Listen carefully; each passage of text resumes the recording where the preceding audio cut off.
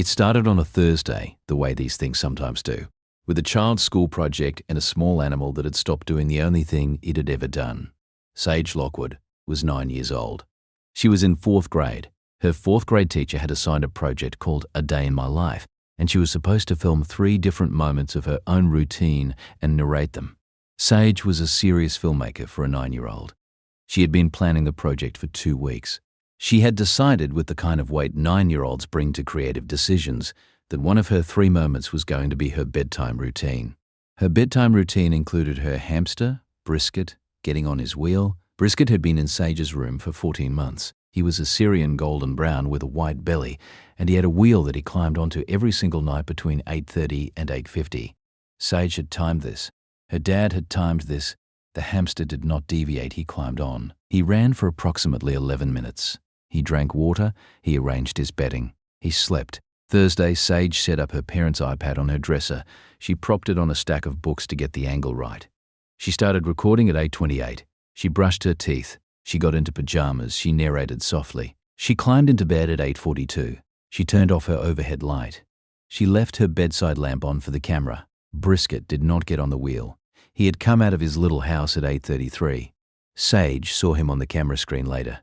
He had walked to the wheel. He had sniffed it. He had walked away from it. He had gone to the front of the cage closest to Sage's bed. He had pressed his small body against the wire. He had stayed there for the full 9 minutes Sage was being filmed. She did not notice in real time. She fell asleep at 9:03. The iPad recorded for 40 more minutes until its automatic stop, by which point Brisket had moved to the corner of the cage farthest from the floor vent under Sage's bed and was visibly motionless in his bedding. Sage's mother, Pilar, found the project file Friday morning. Sage had emailed it to her for help editing. Pilar was making coffee when she opened it on her laptop.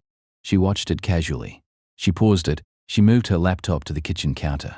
She watched it again. She called her husband Daniel, who was already at work. She said, "I think you need to look at Sage's video." Daniel watched it on his phone. He looked at the timeline. He looked at the hamster. He looked at his daughter asleep in bed. He said, "I'm coming home." They did not know what was wrong. They knew that something was. Daniel had grown up the son of an HVAC technician. He had been raised to believe that animals smaller than dogs were biological canaries for things human.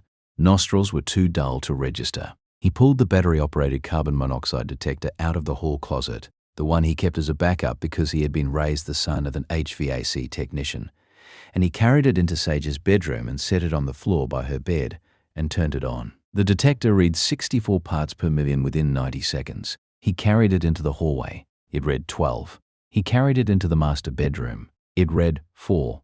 He carried it back to Sage's room and set it under her bed beside the floor vent. It read 78. The hardwired carbon monoxide alarm in the hallway had not gone off, because hardwired alarms are calibrated for whole house averages and 10-minute exposure thresholds. The level in Sage's bedroom was localized, coming up through the floor vent from the furnace closet directly below it, and it had been climbing slowly for what the gas company technician would later estimate was 3 to 5 weeks.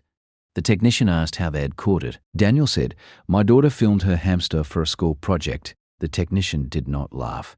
The technician said, "I have a hamster at home. We bought it for my son for the same reason a coal miner buys a canary."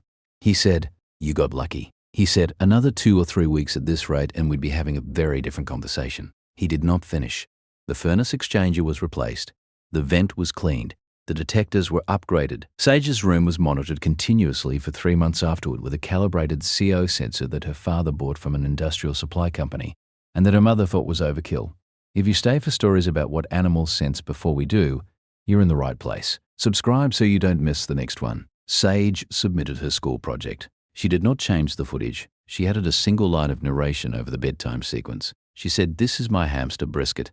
He doesn't usually skip his wheel. The night I filmed this, he saved my life." She placed second. Has a small pet, hamster, gerbil, guinea pig, bird, ever stopped doing something they always did and you later understood what they'd been registering? Tell us.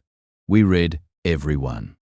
Brisket lived another 10 months. Sage cried for 2 days when he died. Her parents bought her another hamster, named Brisket II, who was a Syrian, golden brown with a white belly, and who got on his wheel every single night between 8:30 and 8:50. If stories like this matter to you, subscribe so you never miss the next one. Sage kept the original Brisket's wheel. It was on a shelf in her room.